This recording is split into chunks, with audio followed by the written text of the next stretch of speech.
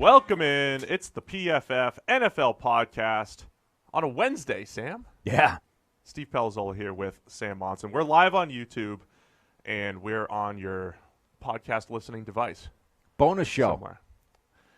It's a bonus show. But do we have to introduce it every week as a bonus show? Because it's now becoming a regular show. Not every week, but I think you should probably introduce it up front as something new, bonus-like. All right, it's a bonus show. We've been normally doing a Monday review show and a Thursday preview show. Now we're just going to have the Wednesday free-for-all. We felt trapped. We felt constrained. So we needed so much more to say. We need to break out into a third show. We only had an hour and 45 minutes Monday. I know. To recap. It's just not enough time for us to get everything out of our brains towards people. We have so much to say, and our millions and millions of listeners have so much to listen to. Not nearly enough time to say it. So we get this bonus show. So we're going to be trying out a few different things on this, right? Yeah. We're going to have a few regular segments, unlike our usual Monday and Thursday shows. We're also, at some point, going to be changing the audio, the way we record this thing, right? At the moment, we use these giant headsets, proper, like, fancy audio style, like real podcast people. Yeah. We're going to be trying out going to the little lapel mics and the full in-ear, feedback loop deal. Yeah. And seeing how that goes. Yeah, I mean, I think that's what happens with big podcasts. I think if you follow podcasts through the years, you just see the audio equipment change. Right. They go from big and clunky to, then they start, they get like really cool mics. And then, we should have really cool mics. Even if they don't work. Yeah. We should have cool mics. Like maybe with like our faces on them or something, just sitting in front of us acting, but they don't need to be plugged in or anything. Those giant ones that like suspend from the ceiling and winch out in front of you. Yeah. Let's do something like that. Okay. But yeah, I think a good podcast, you see the audio evolve. I feel like this is a big step for us. So anyway, we're going to be trying that, seeing how that goes. So you're going to have to let us know. Yeah, let us know in the comments or the feedback whether the audio changes. We're not. So what we're interested in is, does it get worse? We don't really care if it sounds different, if it's not bad, right? Because I'm assuming there will be some change in what it sounds like between these headsets and we need the feedback, right, and the audio coming from the mics. It's a bit of a test. We're not interested so much in whether it changes, but if it gets worse, let us know and we can go immediately back to the giant headsets. Oh wait, we haven't asked Tyler. What does that do to our cough buttons? Well, that's going to be a problem. Are we going to lose a cough button? I think we're going to have to surgically implant a cough button into you. I cough a lot. You do. That's what the cough button is. But if you could get one, of these, surgically put onto your leg, say, and you could just hit your thigh. I don't think and that would mute you. I don't. All right, thanks, yo. So I just got word. We'll figure it out. Is he live? Does he come through, or do we only hear him? Is this like answering the voice in your ear live on TV? This? Of course nobody hears him. It's only us. I don't know. He could be hooked up to a mic. We could have him maybe. Sometimes you hear like the producer, chiming in from the sideline. Tyler, you could be look, he's the audio whiz. I'm just a guy sitting here with a headset on. How do I know? Pretty sure we only hear him. Okay. So nobody has any idea what that you're entire about. 30 seconds has been pointless. How unprofessional can you be? I can be very unprofessional if you give me a shot at it. That's true. Maybe you just wind me up and let me go. I can set new standards for unprofessionalism. That's what the Wednesday podcast is for. We're not even scratching the surface at this point. We're way away from the surface. We've been scratching the surface of professionalism for 2 years now. Yeah. All right, so let's lay the groundwork for what we're going to do today. Weekly, we need to do a Stephenson Award update. That's what we're doing. The Stephenson Award, it is. So we'll hit on that. I'll explain that in a second. And then just the NFL news cycle never ends. So you've got Minkah Fitzpatrick traded to the Pittsburgh Steelers from the Miami Dolphins. You have Jalen Ramsey asking for a trade. And then we've got some mailbag. People want to ask questions, and they want us to answer them. Okay. That so seems fair. They're asking questions. We'll answer them, and I think they kind of go hand in hand with all the trade talk. So we'll get into all that stuff. Let's start with the Stephenson Award. It is PFF's #1 award. We'll be updating this every week throughout the season. Essentially, we said, forget MVP. We just want a best player in the NFL award because MVP goes to the most valuable players. The middle word is valuable, Sam, so it's got to be a quarterback. It is valuable. It is. So the Stephenson Award is essentially the Aaron Donald Award, the best player in the NFL, regardless of position, besides kickers and fullbacks. Yeah. So who is in the running right now to be the best player in the NFL? It's an unexpected list. Well, that's the fun thing about the start of the season is it's not necessarily the most dominant players are the guys that will always be there right at the start. You get a fun time where you get to think maybe this is the changing of the guard. Maybe this is the year it'll be different. We get new guys, and then eventually, Aaron Donald comes back to the fore, and it's his award again. But yeah, for now, it's somebody else in the running, and it's not to say Donald's been bad because everyone's like, oh, he hasn't got a sack yet. Why has he been useless? He's still been playing pretty well. Yeah, but and he got banged up a little bit before not he hurt well Drew Brees. enough to be at the top of this list. He essentially won the game for the Rams by knocking Drew Brees out of the game. That's true. He did. So let me give you some defensive names. Do you want to handle some offensive names? Okay. I just have defense. I can do that. Up. Yeah. So on the defensive side of the ball, as we mentioned, small sample size, it's 2 weeks, but the top graded guys with at least 90 snaps: Jonathan Jones, cornerback from the Patriots; Grady Jarrett, interior D lineman for the Falcons; Anthony Harris, Vikings safety; Joey Bosa, Chargers edge defender; and then Corey Littleton, Rams linebacker. He has he's the top graded linebacker in number 2 coverage grade. We've talked about him here a couple times. Mm-hmm. So on one hand, it's small sample size, but those are the guys, and they're all between 90.1 and 90.8. Wow. From a grading tightly standpoint. bunched. They're all very tightly bunched. So I think we know nothing right now about what's going to happen with the Stephenson Award, but as far as watch list goes, those guys are up there. I like it. That's a pretty good list. The offensive side of the ball is fascinating because there's a couple of quarterbacks that are leading the way, but they're not the ones you would think would be leading the way heading into the season. So the best graded player in all of football right now is Dak Prescott. Yeah, it's been fantastic. Which is kind of absurd because we've been, we spent the entire offseason talking about, do you pay Dak Prescott? The kind of consensus was like probably not what he's asking for, or they're going to need to pay him to keep him around because Dak Prescott is good, not great. Well, suddenly he's become great in Kellen Moore's offense. Well, I made the point the other day too. I said if Dak does have a big year, is that him or is it Kellen Moore? Right. And now, look, if he puts up huge numbers, Dallas is just going to say, they're going to pay him a ton of money right now anyway. But you do have to look back and say how much of this was the offense. Yeah. So I misspoke there a little bit. I had penalties unfiltered in the old Ultimate. He's actually the 3rd best graded player in football. It's those tight ends. Yeah, the tight ends are ahead of him. Mark Andrews and George Kittle. Mark Andrews, the 2nd tight end drafted by the Ravens in his own draft, has become the star there, the favorite hookup of Lamar Jackson right now. And George Kittle, who has continued to be absurdly dominant. Yeah. Regardless of what happens at quarterback. Yeah, even with negated touchdowns and yeah, stuff. And they touchdowns still count. Being pulled off the board. They still count in PFF because it's how well have you played. So that's a perfect example of, when you take out the no plays in terms of grading, you lose those plays. Of right. George Kittle doing exceptionally well, scoring touchdowns, but they didn't count because somebody held on the back end nowhere near the play. And then Lamar Jackson is right up there. Lamar, again, quarterback of, is he actually viable, off-season fame, is looking one really of the good. best players in the NFL through 2 weeks. And they have not even really tapped into his rushing ability. So there's a lot of people actually expected stuff like this. I don't know how you could, but right. he's playing at an extremely high level right now. Those are fascinating. I don't think there's anything you can do for people who take this kind of leap and be like, told you so. Because like as impressive as this is, this leap has been kind of an unrealistic expectation leap. Now, also, he's played the Dolphins, right? By the way, Dak Prescott is about to play the Dolphins. He's about as well graded as anybody in the NFL right now, and he hasn't yet played the Dolphins. It's not fair. So, not going to lie, the same people who expected a Lamar Jackson leap may have expected a Vernon Adams leap. Well, that's part of it, yeah. So sometimes you for anybody stumble listening, into 2 good games. It's not unreal. It's explain who the hell Vernon Adams is, Steve, because most people won't know because of his NFL career. He was a pretty good Eastern Washington, I believe, and then Oregon quarterback for 1 year. He could throw the ball all right. Uh-huh. And some people thought he was the best quarterback in his draft class. And what happened to him? I think he played in the CFL a little bit. Yeah. Is that right? Uh-huh. Okay, cool. Anyway, Dak, Lamar, they're up there. Tom Brady's up there. You mentioned the 2 tight ends. Josh Jacobs, rookie running back for the Raiders with an 89.8. He's the highest graded running back so far. So Josh Jacobs is in the mix.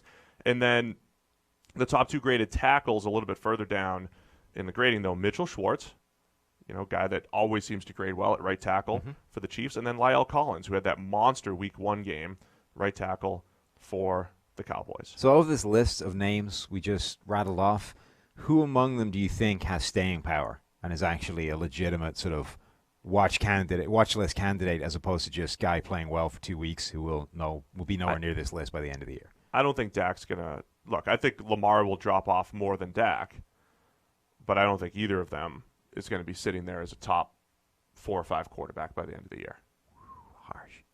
We're 2 weeks into it. The thing about 2-week samples – so here I tweeted out Ryan Fitzpatrick's numbers through 2 weeks. Oh, through 2 weeks last year. They were insane. Like he ended the year with a grade that was like 88 or 90 or something based off those 2 games, having been terrible for a couple of weeks enough to get benched after that. Yeah, like that's how good those games were. They held him at that level. I can't remember if we sorted it, but it was like maybe the best 2-game stretch we've ever graded. Yeah. He was averaging 13 yards per attempt through 2 weeks. Like 8 touchdowns, leading the league in passer rating. Big time throws. 151, big time throws. I mean, and this was like, it was like a little bit. Again? No, hiccup. Oh, okay. They had like a few schemed up plays. I mean, he was dropping dimes left and right. This was all Fitzpatrick.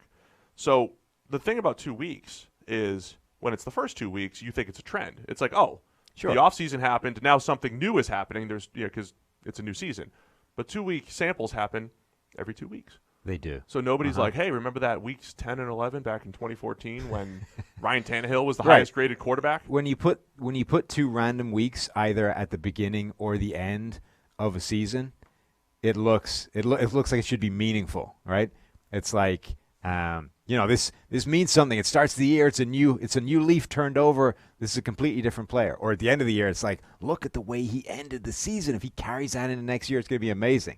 But if a guy does that just week 8 and 9, it's nothing. It's just the guy had 2 good games randomly in the middle of the season, and then he's back to being whatever by the rest of it. Yeah, it doesn't. At the start of the year, it feels like it should be important, but it might not be. But this is your watch list. Okay, so right? So you've dropped Dak and Lamar from it. So who else is going to stay there by the end of the year? Kittle. I mean, this is now a year and 2 games of Kittle, right? Being elite, being arguably the best tight end in the NFL. I think obviously Tom Brady can stay up there. I think Russell Wilson. It was like the first time we mentioned Tom Brady and Russell Wilson. We didn't even know they were on the watch list until right now. I rolled through his name before I said Josh Jacobs. Oh, okay. But I think, Kittle has a legitimate argument to be the best tight end in football right now. Yeah, I agree. The new Gronk. Yeah, we were debating him and Kelsey, and then Kittle's advantage has been they're both in really good schemes, but Kittle's run blocking has been a bit of an advantage if we're just talking about who the best players are. And defensively, I don't know who sticks around. Grady Jarrett could stick around. The other thing about Kittle is that he has yet to have sustained excellent quarterback play. True. Like as much as we expect at some point Jimmy Garoppolo to put it back together and play well for a while, he hasn't had that. Like even Jimmy G has missed a lot of passes to George Kittle. And that's while Jimmy G has been there. When he hasn't, it's been C.J. Beathard and Nick Mullins, right? Each of whom have missed a lot of passes to George Kittle. If George Kittle got a sustained period of Tom Brady-esque play, he could seriously put up Gronk-like numbers and grades. Patriots should definitely trade for him. They have a tight end issue. Oh, yeah? They can use some playmakers. So I think defensively, Grady Jarrett could stick around. I think for Anthony Harris, as a safety, it's just difficult to maintain that high level of play because there's got to be so many impact plays. So that's just tough to do throughout the course of a season. Joey Bosa could stick around up there. So those are 2 guys that are in years 4 and 5 of their career that absolutely could stick around. You know who else is on the fringes of the kind of top? All the defensive guys are bunched really closely together at the top. They really Who's are. On that fringe? Kenny Clark has become one of the most impactful interior defenders in the NFL. Plus, he gets to play the Vikings again, which will help. Garrett Bradbury. Yeah, struggling. he has been steadily getting better and better, basically since day one. And he was already reasonably good to start with. Yeah. So he's legitimately becoming, we had a question on. He was young, Sam. He was. We had a question on our Instagram mailbag thing earlier in the week, and the question was, does Kenny Clark have the ability to become the best interior defender in the NFL? To which the answer is probably no, because that's Aaron Donald always.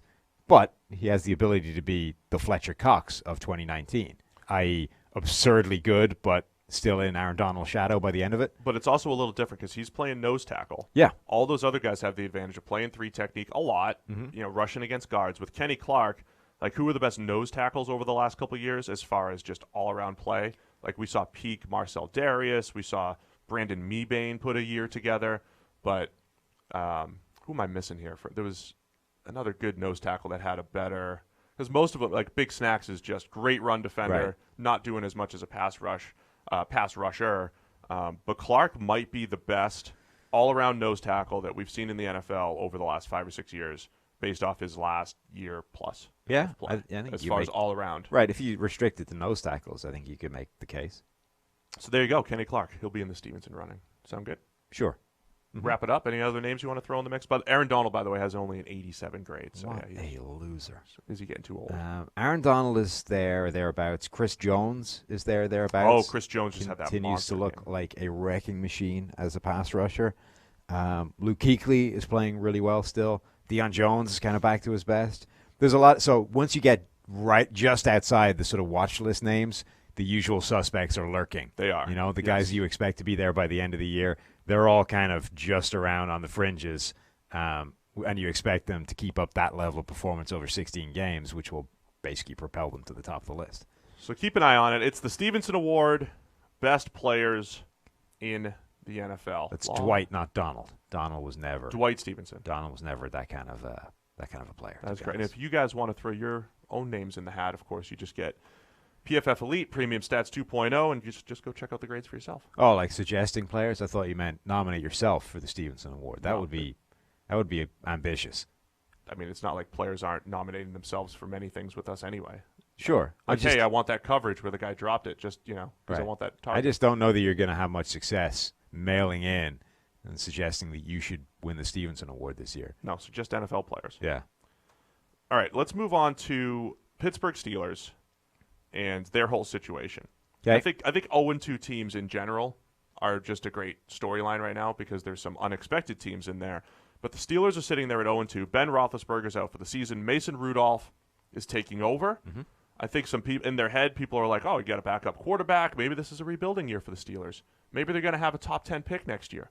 Maybe this is when they need to either see what they have in Mason Rudolph or eventually move on from Ben Roethlisberger, draft someone else. Well, I mean, those aren't mutually exclusive, right? You're going to get 14 games of Mason Rudolph. Right.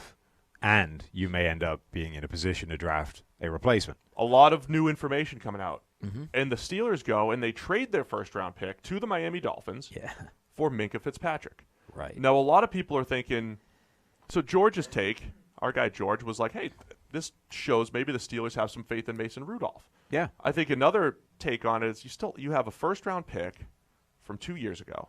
I mean, he is like 18 games into his NFL career. So you've lost just a year of service time from him. A big chunk of his money's already been paid. This isn't a short-term investment. It's still a long-term investment by the Pittsburgh Steelers. Mm-hmm. They just, in their mind, it's kind of like, hey, we're getting our first-round pick a year early, that whole deal. So I don't think it's like a 2019 – is that what you're in? Yes. I don't think it's a 2019 move. I think it's still a long-term move. You go get a good football player. I mean, I think, yeah, both those things are probably true, I think. It is it can be a short-term and a long-term move at the same time, right? It's a move that should help them this year. Minkah Fitzpatrick can come in. He can play either slot or safety. I think he's a slight hybrid type of player. I think he could fit in well with this defense and help them this season. He should also be there for the long term because he is still on that rookie contract. He's a young player. He should have long-term upside as well. The question for me is what you're potentially sacrificing to make it happen. Because for the first time in a pretty long time, your quarterback situation is now completely up in the air. Right. Now, Roethlisberger goes down hurt.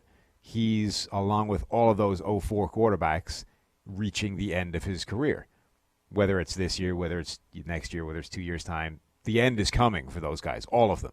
Eli Manning has just been benched this week. We can talk about that in a bit. Phillip Rivers seems ageless, the ageless wonder, but that offensive line is going to get him murdered at some point. Yep. And Roethlisberger just goes down with a season-ending injury late in his career. So for the first time in a long time, they've been confronted with their quarterback mortality. And right now the answer is Mason Rudolph, if for no other reason than there is no other option, right? You just traded away Joshua Dobbs. Mason Rudolph won the backup job in preseason and training camp, so he's what you're going with now. But you don't know if he's going to be good or not. Like if he sucks this year, you're already 0-2. That first-round pick could suddenly become a very high first-round pick quite quickly. Right. And for an organization that is typically as good as the Steelers, they don't pick high often. Yeah, right? So when you start planning this idea of a Ben Roethlisberger succession, it's not easy because you don't get a continuous shot at those top-end quarterbacks. You don't know that Mason Rudolph is the guy. You have to strategize how you're going to secure one of those guys. And maybe you need to do something like the Chiefs, which is, all right, we get somewhere a little bit higher than we normally are, and we make a jump up to like 10, and we snag one of the guys we like that's fallen that far, and we package whatever it is to make it happen, even if we still have a quarterback with a year or two to go. But this to me, it's just not the time to be sacrificing a first-round pick when there are that many things up in the air in terms of your quarterback future. Right. I think you need that pick for the future, for potentially what might happen in the 2020 draft, and therefore what your future at the position looks like. So the other component here is, okay, so you get Minkah Fitzpatrick. He was a first-round pick last year. Maybe you loved him. Maybe it's a better fit. But you're bringing him into a Pittsburgh secondary that, hasn't been good for many years, but there's so much investment there. They invested heavily in Steven Nelson. They invested a first-round pick in Terrell Edmonds, a second-round pick in Sean Davis. They have a first-round pick in Artie Burns a couple years ago. They got Joe Hayden in there. So they just have a ton of bodies. And if there's one position they're actually pretty good at, it's covering the slot with Mike Hilton. Yeah. And that might be Minkah's best spot. Now, when he was coming out of Alabama, a lot of people compared him to Jalen Ramsey and said, here's this guy who played in the slot like Ramsey did for the majority of his career. Ramsey played everything, to be honest. And you're like, all right, do we move him to outside corner? Do we keep him in the slot? And this is when we were coming through our research saying, if you're going to project a guy, it's easier to project him to the same role. Yeah. Slot to slot, outside to outside. And he's gone to Miami and played, hybrid safety, a little bit of slot. And a lot of people wanted him to play outside corner. And they were like, oh, you can only be a first-round pick if you're an outside corner. And we were saying if you throw him in the same role in Alabama, that star role, which is he's a good blitzer, he's generally a good tackler, even though his tackling has been disastrous in the NFL so far. He's a pretty good run defender. That's supposed to go hand in hand. But, even with all the missed tackles, his run defense was good last year. So he could have been that Charles Woodson late career type of hybrid extra linebacker, slot, zone-heavy player. But it just hasn't worked out all that well in Miami yet. So it could be a great fit in Pittsburgh, or he could be redundant with some other guys. I mean, I think it depends. It depends how versatile he really is, and how much of it was just people's inability to correctly project him at the next level, right? Yeah. I think part of those two things can both happen at the same time. You can either have a guy that is extremely versatile, can do a lot of different things well, play multiple positions to a high level. I think Ramsey could play multiple positions in the secondary, potentially all of the positions in the secondary to an extremely high level. So if you liked him in any of those things, you'd be right. I think there are other cases where guys do a lot of different things and people just can't work out what he should be doing at the next level. Yeah. And it's basically the ignorance of the guy projecting it that makes him versatile, right? Yeah, right. I just don't know what he should be doing, therefore I'm going to say he's versatile, and it might not actually be true. So Minkah's thing is trying to figure out if he is actually as versatile as everyone thought he was coming out, or if we actually need to dial in on what he should be doing at the next level. The good news for the Steelers is that secondary has enough holes in it that they can fit him in anywhere if they figure out what he's good at. So if it turns out that his ideal role is a deep-lying free safety, they can fit that in. If it turns out that his ideal role is actually moving to perimeter cornerback, they can fit that in. The only place they don't really need him is that slot corner position.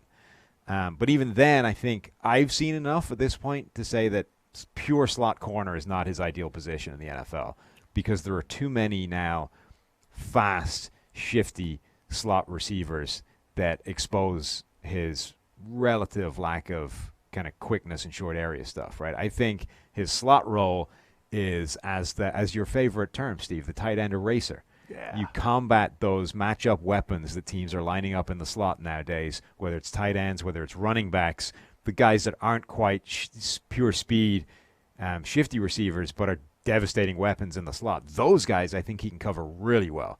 The Marquise Browns of the world, not so much. Yeah, so that's my concern with him as a slot. I'm with you as a pure man slot corner. Right. When we say the slot, it doesn't always mean man to man. Sure. But a couple weeks ago, somebody asked me where his good fit was, and I was like, okay, you put him in a Desmond King type of role. So Yeah, if you sent him that's to fair. Jacksonville or a team that's playing that Seattle scheme, he's playing the slot in name, but it's a lot of curl flat zone, and it's a lot of extra. You're essentially an extra linebacker against the run in a short area, zone heavy type of player. You play man when you need to. Maybe Pittsburgh ends up using him in that role, because I know we have people tweeting us all the time that they played a ton of man coverage last year. They didn't, not by our numbers. Other people might have that. Pittsburgh has been a zone heavy team for a few years now, but they've been trying to morph back and forth more and more. What we've seen, though, is communication issues. I mean, massive communication issues. Our friend Louis Riddick was tweeting about that the other day. Maybe that's one place where Minkah helps to shore things up. You got a veteran like Steven Nelson back there. You add a veteran or a smart player like Minkah, not a veteran yet, but coming out. That was one of the things in Saban's system. He was a true freshman and played really well as a true freshman. Yeah. He had 3 strong years there in Saban's system. He's a smart player. I mean, even just from a communication standpoint, cutting down on coverage busts could help quite a bit. This is true. So I'm saying zone-heavy scheme where he's playing over the slot and doing some tight end eraser stuff when they have to play man. I think that's a great role for Minkah. Yeah, I think overall the feeling is that it's an excellent move for the Steelers in terms of the player that they actually did acquire. I don't think anybody is looking at that and going, well, that's just a bad move. They don't need him, and he's not very good.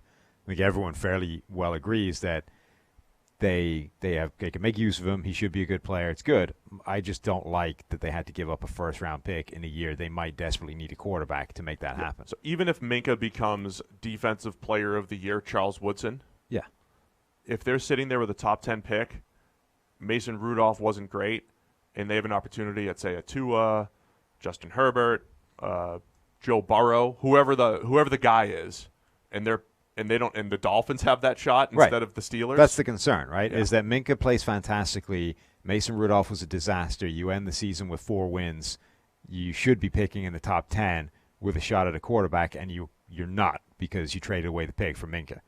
Now, as much as you're happy to have Minkah, you now need a quarterback, and you don't have a way of getting it because you traded away the pick to make it happen. Yeah, so I think that's where that storyline is going to come full circle. I think draft. the man coverage thing, by the way, I think the Steelers played a lot more of it last year than they did the year before, but it was still like they were so far, they were basically pure zone only the year before that, 2017. Yeah. What were they at last year again? I didn't check the For last cover season. 1, it was 29%, That was a lot higher than right, which is a than lot they're higher, but usually still at. nowhere near the top teams in the NFL. Yep. So they still were dramatically zone heavy last year. It just was significantly more man than they played in the years previously. So if you're a Steelers fan, you're looking at it, wow, we're playing way more. You were Relatively. still a lot less than everybody else. And where they've struggled, so what people don't realize is just how important communication is on the back end. Because when you call cover 1, so to speak, it's not like in Madden, right? You just call cover 1, everybody go play man. It's not like Madden? No. Damn it. You have so many adjustments. Well, what if they come out in empty? What if they come out in bunch? Right. How do you exchange the bunch? Do you lock the bunch? Do you switch? So there's so much communication that happens there. So that's what happened previously with the Steelers when they were that zone-heavy team, and then they tried to morph into a man team like against New England that one year. It's not something they you had can no just idea how switch. to adjust. Yeah, it's not something you can just switch because the problem with this is one of the keys to sort of coverages in the NFL, right? Is that it doesn't work the way it works. It's so much. It's so there's a whole extra layer to this thing beyond just what you see on a chalkboard, right? Right. You can draw up, what the zones look like or what man coverage looks like on the board. It's just you, or zones. We got the 2 deep here. We got everything underneath. It's simple, right? Everything looks easy. But NFL offenses have been doing this for decades. So they go, okay, well, if you're going to run this, we move these guys over here. We run this particular route combination, and now this causes you problems, right? So now there are everybody has coverage rules. It's like, okay, what do you do when you're faced with this? Because you can't run vanilla cover 3, or you can't run vanilla cover 1, man coverage across the Right. board. Something needs to change because this immediately breaks it, and everybody knows that. Coughing, dying. And everybody knows that. Everybody knows that. So you need to You come know what up. it's like now. I do, yeah. Dying on air. What is it with us? Is there like asbestos in this room or something that the two of There's us? a good chance. Um, People don't get to see the sides over the here. beauty of this place. It's just a great studio. To Have we checked what It these is. panels are actually made of? Because they don't look like it's the kind of material you want to be ingesting into your lungs. Maybe I wasn't coughing on coffee grinds. So anyway, so you need to have rules on your coverages because there are specific things that break the basic vanilla shells that everybody runs. Yeah. So the differences between a lot of these teams is what their coverage rules are. And then you get the next layer, which is when your coach goes over there, he now understands what your coverage rules are, and he knows how to break them. Yeah, then there's game plan oriented. Right. How are we going to do it this So week? then you in get this those situation? scenarios where, the Dan Quinns of the world, they go to Atlanta, they're coming up against the scheme that they left in Seattle. They understand what their coverage rules are, and they're able to break them, even though present them with something, know what they're going to do to combat that, and then create the extra wrinkle that breaks that coverage rule. Also, I mean, when you call zone, whether it's quarters or cover 3, a lot of it is, again, you always say it's not covering grass, right? It's Right. not. So the Steelers, of all the teams, would do more spot drop type of stuff Yeah. than another team. Just get to a spot Right. and then read the quarterback from there. But most zone coverage these days are like, all right, if you get a vertical route beyond 8 yards, It's pattern matching. right, you're matching that pattern. Now, if you don't get it, all right, now you need to go, are you going to replace someone else deep? Are you going to read something short? Yeah. I mean, it's all it's a bunch of if-then statements. Right. It's like programming. And It's this like is all why the IT guys upstairs. This is why, like, intelligence is an important thing, right? Gone for are sure. the days where you can just say, I can take any moron and just say, right, you're on the number one receiver, do what he does. Stop him catching the ball. That's all you need to worry about. That doesn't really exist anymore. It's so much more complicated than that. You need guys that are able to think and process and react as the play is going on and be on the same page as everybody else while they're doing it. So, and that's why it's not easy to just. This is why what Belichick does is so amazing in terms of being able to game plan up every single game and completely change what you're doing on the back end. Yeah. Because it's hard. It's really hard to switch up what you're doing week to week, right? Oh, yeah. Even just once. Like the idea that the Steelers, that was why that was such an amazing game plan, that they come out and they go, we are a zone-heavy team, but we know it doesn't work against New England. We need to come out and play basically man coverage across the board. They effectively needed to junk their playbook, install a completely new one within the week to go up against the New England Patriots. Like, teams spend a month doing that in training camp, trying to get everyone onto the same page in terms of playbook. They had to do it within a week to combat the New England Patriots, arguably the best offense in the NFL, over any period of time. So to be able to do this, like, week to week, every week, the way the Patriots are, is nuts. Like, Yeah. it's insane. You should not be able to do that. But again, I think that's why it's Without important. coverage busts and stuff like that. Yes. And that's one of the reasons why it's so hard to replicate what they do, because that does not function unless you have the personnel guy on the same page. Because you need, a lot of the times in order to do that, you need to be able to switch up personnel, because it's just some people are suited to scheme 1, not scheme 2. So the Patriots are very good at being able to go, well, this is a scheme 2 week, Yeah, so right. we're going to go with this group of guys. This is a scheme 1 week, we're going to go with the other group of guys. And they don't, so they'll mix and match a lot. Right. Whereas other teams, again, when you do that, it's like, right, we're going to have to go with a scheme 2 week this week. Like, all of our personnel is suited for scheme 1. That's not great, and they're screwed. Whereas the Patriots, because they've been on the same sheet, everybody, they have the personnel group to be able to make it happen.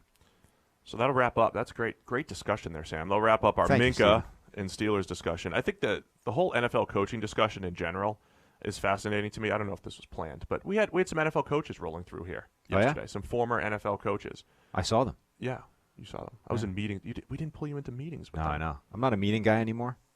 Well, you've got bigger things Right. to worry about. Yeah. But we were in there talking to them, and there was just a lot of. So these are former NFL coaches. They may or may not be looking to get back into things. Okay. They may or may not be expecting or hoping for PFF to really help them on a day-to-day basis, get back in there. But I do think here was my quick takeaway without giving away who it was or what they were looking to do. This is very cryptic. Well, no, this isn't going to give anything away. But either way, I could give it away if I said, we confirmed that one thing that everybody was complaining about. You could, yeah. Don't do that. We did. Let me just say this. There was this one thing that we did that everybody said, you guys are stupid. But we were right. Confirmed yesterday. Well done. Yeah. This may have been 4 or 5 years ago. But it doesn't matter. We were right. And we got it confirmed. All right. So where were you going anyway with all this talk? So I just think a lot of what like George and Eric are doing and what analytics community is doing is saying, here's how NFL coaches should think, right? Here is this new forward-looking way that they should be going, right? Forward-looking concept that they should be taking in. I think many NFL coaches are just looking to do their current job, what they know, just more efficiently. Okay. So they're coming in here like, hey, PFF, make us more efficient. Make my Mondays cleaner. And we do that, right? We cut down a 15-hour process into 2 hours. I mean, we legitimately do. We hear this all the time. But there are coaches who are just looking for efficiencies instead of actual insights on how to maybe be ahead of the curve. Mm-hmm. And that continues to be eye-opening for me. And I think we're doing a better job of pushing them into actually there's insights within PFF that are really going to help you move forward, not just be more efficient at what you do. So I forgot one more thing that's special about this bonus podcast that we're going to be doing is when we're live on YouTube, there is a live chat function. Yeah, I see it right here. Yeah. So people can actually ask us questions real time in this mailbag thing. So people, it's And like if they're someone good- asked who George and Eric are. Yeah, if they're good, we'll actually, reference them, comment on them, talk about them. Again, if you're listening on audio, this is useless to you. It is. But But this maybe is you a can reason, join the live YouTube every. you can get to the Wednesday at party. 9. Get to where the party is Wednesday at 9 on YouTube, live. Drop us questions, and we might answer them depending That's the other on thing how bad they are. we're trying to do better at. So Monday morning, it's like 9 a.m. Yes. live on YouTube. Wednesday morning, about 9 a.m. Mm-hmm. live on YouTube. Thursday might be 2:30, 3 Ish. o'clock. Yeah, It'll be mid-afternoon. and then we'll get them up on audio as quick as we can. Yeah, but Lewis asks, who are George and Eric? So they are the host of the PFF Forecast, another Yes. podcast that will go live on our YouTube channel, and of course is part of Podcast One like we are, so go find it and listen to it. But George and Eric, they're essentially, they lead our R&D group. They have cool titles because they're data scientists. Yeah. You and I are just like analysts. Yeah. That's, it's okay, but it's not a data scientist. But they have so much credibility because when we throw them into the room with former coaches and we're like, here's our data scientists, and we're like, this guy was a blocking tight end in college, and this guy is just jacked, George. He is, yeah. Right? They look more respectable because they think, they're expecting pocket protectors and, true nerds and all that stuff. No, George is by far and away the most athletically impressive-looking human in the building. And we have former NFL players in the building. Oh, yeah. And one of them asked George, basically for his workout routine. It's like, Right. you look, good way to sum it you up, look in George. great shape. How can I get on what you're doing? Now, it turns out I think that routine is basically just be in the gym 3 times a day. And, I'm not doing that, to be honest. I might be able to get in that kind of shape, but I'm not working out 3 times a day. Maybe we should. Just not doing it. Maybe I mean, 3 times a week is struggling. But 3 times a day? Forget that. All right. So where do we want to go next anyway? What else happened midweek that we were going to talk about? Eli? Eli, that was it. The benching. They benched him. You know what they did? They benched him one game before he could get a losing record for his time starting. He's 116 and 116 as a starter right now. Really trying to protect him. One more loss, and Eli would come out of his career with a losing record. So I'm not going to jinx Daniel Jones or anything like that, but we talked about health being a playing style thing. Yeah. Daniel Jones, so the comp I had for him coming out was Nick Foles. And Not the only one, by the way. I saw Daniel Jeremiah tweet the same thing. He used the same thing? And both good and bad, right? Because on a throw-for-throw basis, Foles can be maddening.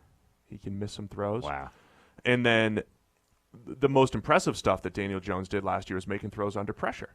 And with, he's like, I'm going to, look down the gun barrel, that whole deal, right? And just take a hit and make a big throw. That's why Foles made that huge playoff run. So that's part of volatility, right? Is when you make a throw with the guy in your face, sometimes it works and you're a hero. Mm-hmm. Sometimes it doesn't and you're not. You're bad. That's like the epitome of a volatile type of quarterback. And Jones did get hurt last year, played through injuries at Duke. So he needs to, stay healthy. We might see Eli back, is my point. So he could still get the losing record? Yes, so don't be dismayed. Okay, so what are the Giants getting with Daniel Jones? How much better? You think they're better? Probably. Eli's kind of bad now. So I really look. I don't know. I don't know either, but I think it's like play the odds, right? Where Eli is right now, what are the odds that the guy coming in to replace him is better? So I would say they're better than Eli Manning has consistently been ranked between 24th, 28th, and 28th, 29th in our quarterback rankings over the last few years. Daniel Jones, who our pre-draft evaluation, we had Mike Renner, who liked him a lot more than the rest of us. Mm-hmm. He said he would have taken him in the first round. He was the one guy who said he would take him in the first round. Yeah. We were more of a day two overall. As a company, we were like, he's more of a day two type of player for us. And in my head, a day two player is like a Nick Foles, maybe like Mike Glennon. Like you could get anything from Super Bowl Nick Foles to just Mike Glennon's career. Yeah. That's what a day two, round two, round three type of quarterback is, in my opinion, right? Sure.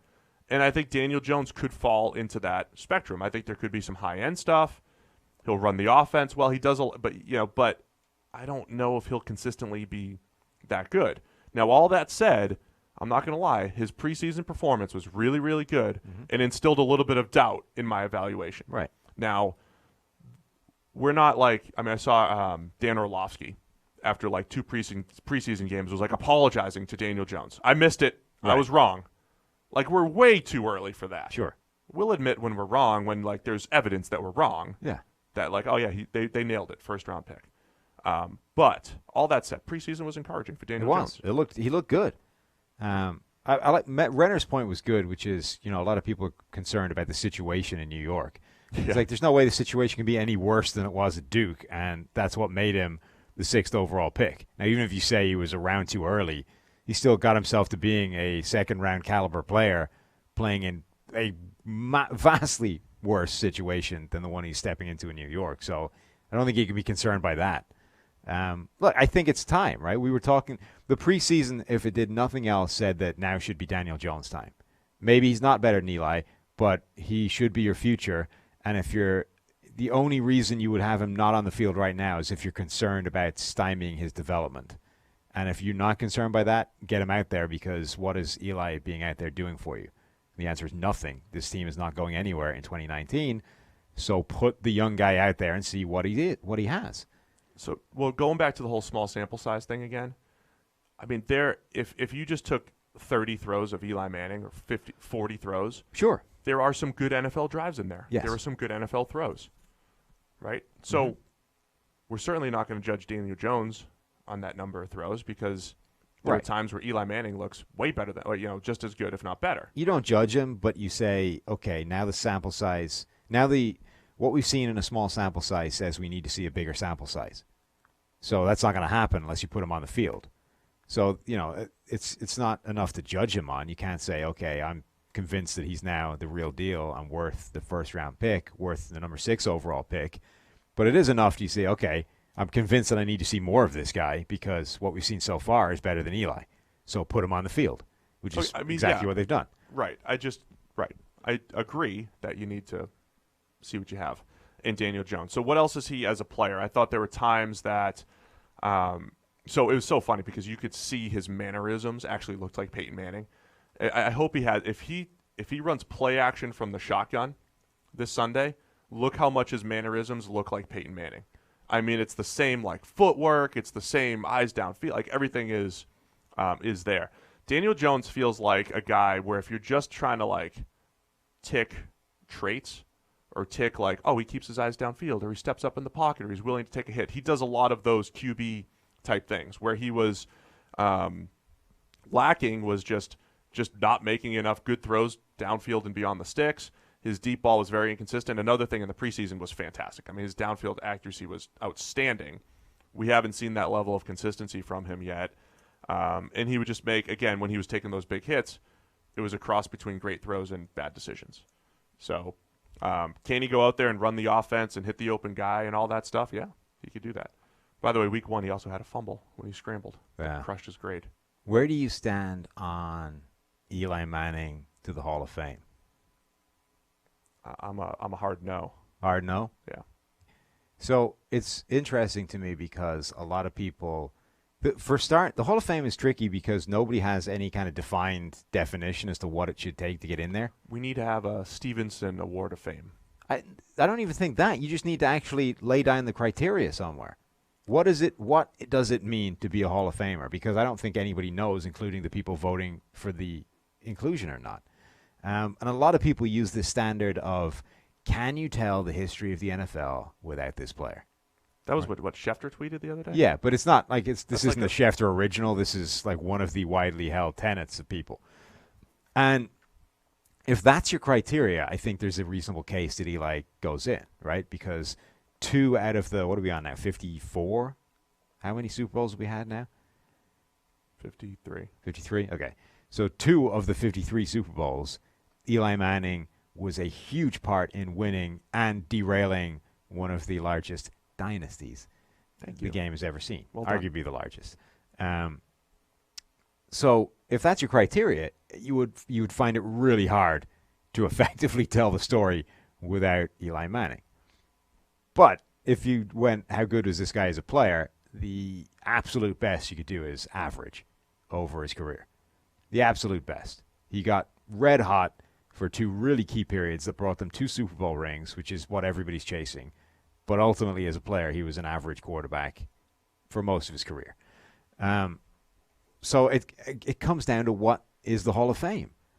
Is it a place where you just put in the people that you need to tell the story of the game, in which case people like Malcolm Butler go in because he had one of the most iconic plays in Super Bowl history? By that criteria, right. Yeah, or is it where we put the best players that have ever played the game, in which case Eli Manning is like several states away in terms of quality. He's not even in the conversation.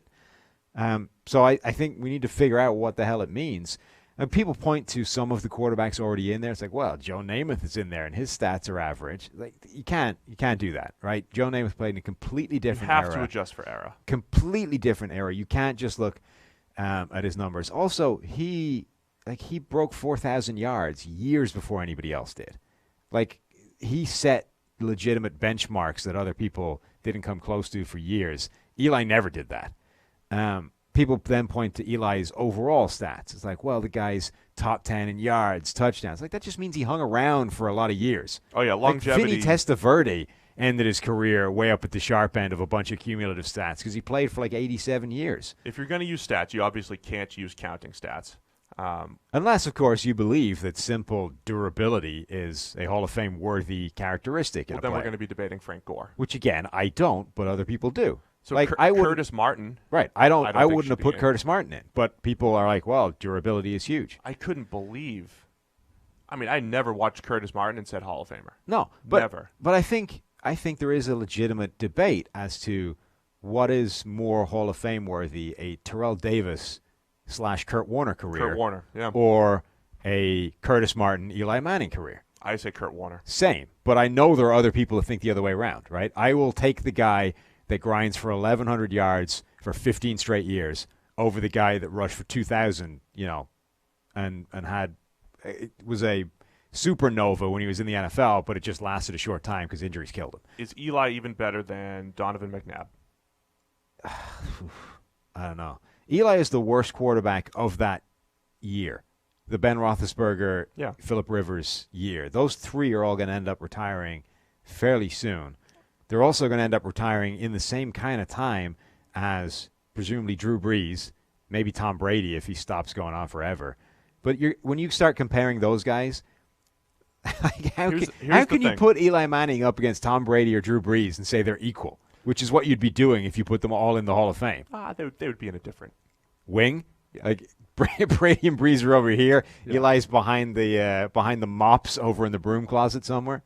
Eli's probably using the mops to clean the halls. You know what the best suggestion I heard is that in order to square that dynamic of he's had 2 of the more important kind of his 11 and 07 Super Bowl wins against the Patriots are absolutely things that need to be woven into the fabric or a chapter in the story of the NFL. they get an exhibit in the Hall of Fame. Eli Manning and the Giants defeat the Patriots, the undefeated Patriots, and knock them off in 11 again. Yeah, there's your story. Right, they get a nice little mock-up design. We can see, a helmet catch puppet or whatever, a picture. They get a nice little exhibit in the hall, but Eli does not get a bronze bust because as a player he was rank average.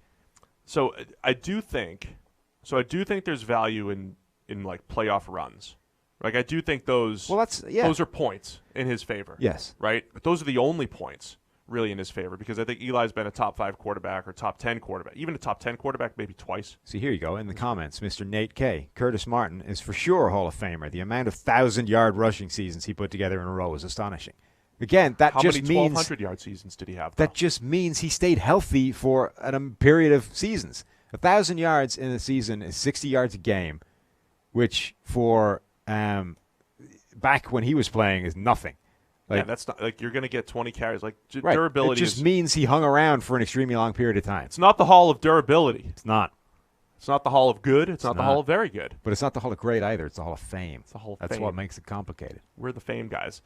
So a nice, because we don't have PFF grades for Eli's entire career, but adjusted net yards per attempt, which essentially says it's like passer rating, but like takes sacks into account and it elevates touchdowns and crushes interceptions.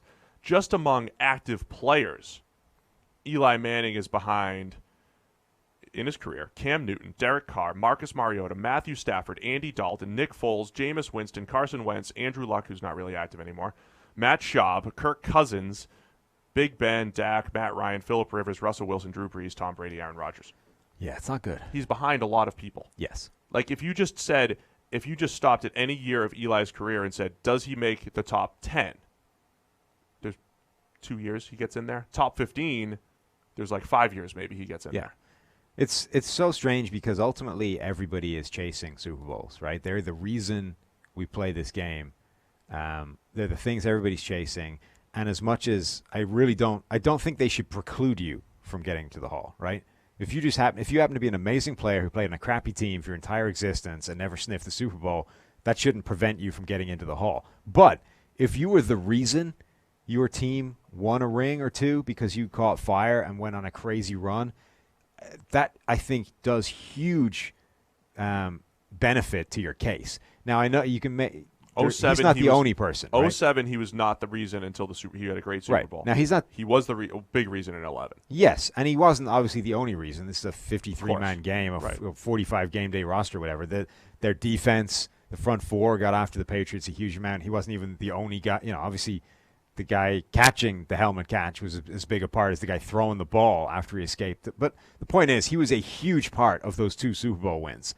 So it's very hard to discount that because that's the reason we're all doing this. So if you take that away, he has zero case whatsoever. But that is such a huge thing to have achieved. It gives him some case.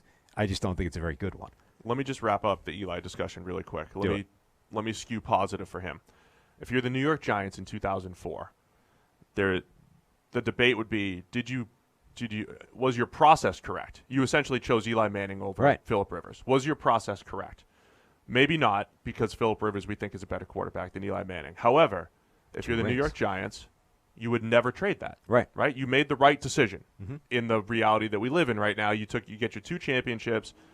You endured a bunch of playoff-free years. You didn't play in the playoffs a ton of years. But you got 2 championships out of Eli's career. Fantastic. Great job, Giants. If you're Eli Manning versus, say, a Phillip Rivers, I do think there's something going on those playoff runs. So is there something innate in Phillip Rivers that he's been unable to do that with better teams? Right. With 06, that really nice team, with other teams that have been number 1 and 2 seeds and various things like that. He has not been able to go on that playoff run where Eli Manning has helped these 9-7 teams, who, granted, came together defensively as well. But he's been able to go on these playoff runs, something that like a Ben Roethlisberger has been able to do. Obviously, Brady's done it a bunch of times. Rodgers has done it once. Breeze has done it once. There is something to not only just the championship, the ring, but like going on a run where you actually carried your team. Like Peyton's first ring, he wasn't actually carrying. Going on a run and being an integral part of the thing, right? I don't think just getting a ring or even getting 2 rings should automatically boost you, right? You can be a passenger at quarterback on a team that wins a Super Bowl championship, right? Peyton Manning's last one. Peyton Manning wasn't the reason they won his that. First one. All right, Peyton Manning's both rings, right? Neither of them, he was the reason they won those rings. Particularly the second one, though, where he was he was not markedly better than Brock Osweiler that season. Right. That's how bad Peyton Manning was playing, yet that was the year he got the second ring. So I don't think simply getting the ring should necessarily boost your case, but being an integral part of the reason you won the ring should. So Eli Manning's 2 rings, whether it was in the Super Bowl or whether it was that 11 season where he played in the face of pressure to an absurd level on the run, like he was an integral part on bringing home those Super Bowl championships. That, I think, should help your case a lot. But that is his only case. That's his problem. To circle back to Daniel Jones real quick. Yeah. I do think that the Hall of Giants. Famer? Not yet. Okay. Preseason Hall of Fame, though, like he's on pace. If he keeps completing like 85% of his passes. That'll help. Yeah. By the way, his negative plays in the preseason, those fumbles. He had one fumble that was a strip sack, but 2 bad ones that he could have avoided. We got to keep an eye on that. But I do think the Giants went to great lengths to get an Eli type of clone, which was a guy with similar demeanor. This is where I'll give Eli credit. Similar demeanor, like he's got that aw shucks, like I can't, he handled New York extremely well for all the criticism that you have to take. But he also, once he won that first Super Bowl, it's like kind of earned a free pass for a while. But they tried to duplicate that with Daniel Jones, a similar type of just, laid-back personality. He handles the pressure well. I mean, that could go a long way for him. Okay. Trying to skew positive here. I like it, yeah. This is how you get your GM job, right? You put that kind of thing on tape. I am able to skew positive about whatever. Oh, wait till I take over the Giants and I'm just there. telling you how great Daniel Jones is. I would love to hear you skew positive about the Jets with Luke Falk at quarterback. Falk had a good game. Falk had a good game. Let me give a little behind-the-scenes action in the QB grading chat. Okay. We had some people. Luke Falk looked like he was trying to heave a deep ball. Yeah, and it was like 12 yards underthrown. I think completed. I think it was on purpose. I was giving him credit. We gave him credit enough, saying we don't think he knows he can't throw the ball over 40 yards. So he did leave it short and along the sideline. Yeah. And it was, but like when you see a back shoulder throw has zip on it. Luke Falk floated one short into the sideline, and it did get to where it needs to go. You think that's just a case of when you have that arm, it's always going to look like that? Like so at that point you understand that I'm not going to be able to overthrow the guy. So when I miss, it needs to be to the sideline. Therefore, it's back shoulder, and we can still save But this. there's skill in that, and that's smart. But like at Washington State, I don't think I ever saw him attempt a deep pass that wasn't underthrown. Yeah, he had like some not ugly once in his life have I passes. seen him put a ball over a guy's shoulder in stride that hits him like this as it's coming down. It's always forced that guy to at least turn around and wait for the ball to land on him, and at worst, have to fight back through the guy that he just beat to come back to get it. So as much as he might have developed the ability to turn that into an intentional back shoulder throw, which is I've got one-on-one coverage on the outside. I'm going to heave it deep as if it was Tyreek Hill streaking down the field, only because it's me, it'll be badly underthrown. As long as I hit it to the sideline, it'll still be a back shoulder throw, and we're good. Now, he might have developed that adjustment to his game. Yeah. But I would still say that, when he's winding up the cannon, he's still looking to try and get it out there. 10-plus yard throws. We're not Luke Falk's friend. It might be a struggle this weekend in New England when they're, probably making him throw deep. Yeah. The top 2 quarterbacks in adjusted completion percentage right now in the NFL, Washington State's Luke Falk and Gardner Minshew. Buddy Minshew. And Falk, by the way, his average depth of target was 4.8. Yeah. The other day. It's like 2 yards shorter than the next closest guy. So just, that's where we are with all that. He's also like in they're breaking quarterbacks pretty rapidly these days in the NFL. He's pretty spindly. Like he might. That doesn't matter. Playing style matters. Right. Well, it does, but he's pretty spindly, and I don't think particularly prone to saving himself from hits. He wasn't great. He had kind of that Joe Flacco internal hourglass going in the pocket. Like he's the same. He's spindly in the same way it's a problem for Cody Kessler, right? Who is also tiny and midget-like, and if you're going to be built like that, you need to be good at saving yourself. No. Thicker. Dude, Kessler's built like me. No. I sat next to him at the combine. The dude is tiny. Well, now you're just name dropping. Anyway, he's tiny and spindly, right? And his problem is he doesn't seem to be aware of that and just holds the ball forever in the pocket and gets himself killed. Luke Falk is the same. It's like inherently it's not a problem if you play smartly, but if you play like you're Cam Newton or Ben Roethlisberger, it's going to be an issue because you look tiny. Cam and Ben at least offset it by zipping some big time throws out there every now and again. Yeah, that's not going to happen for Luke. Somebody, speaking of Hall of Fame. Oh yeah, Charlie in the comments suggests, Steve, the G-men need to trade for Corey Davis, right? I mean, if you put preseason Hall of Famer Daniel Jones with future Hall of Famer Corey Davis, great things can happen. They could. I can't wait. I mean, Corey Davis, there's rumors that he's on the trading block, and I think, maybe. Why do you think that is for a future Hall of Famer? Wouldn't you want to keep one of those around? It's Marcus Mariota's fault. Yeah?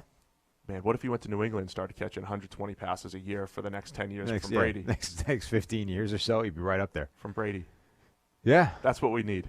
Corey Davis. Extends Brady's career by another 5 years. Yeah. Anything else you want to touch on here on the bonus Wednesday pod? We said we might talk Jalen Ramsey, but there's a separate YouTube video breaking down the whole Jalen Ramsey situation. So we're going to have to push you to that. Okay. Yeah. I think this is good, right? This is a nice dipping our toe into the water of the bonus podcast mailbag territory. We've got some segments. We got the Stephenson Award watch. We've done about 2 hours and 40 minutes of podcasting so far this week. That's not bad. And we still have to preview week 3. Yeah. Yeah. It's a lot. The fans love it. Do you guys love it? Let us know. Multiple people have thanked us for going long. I saw it's way better than last year, this guy said. Thank you for the long podcast. That's a small.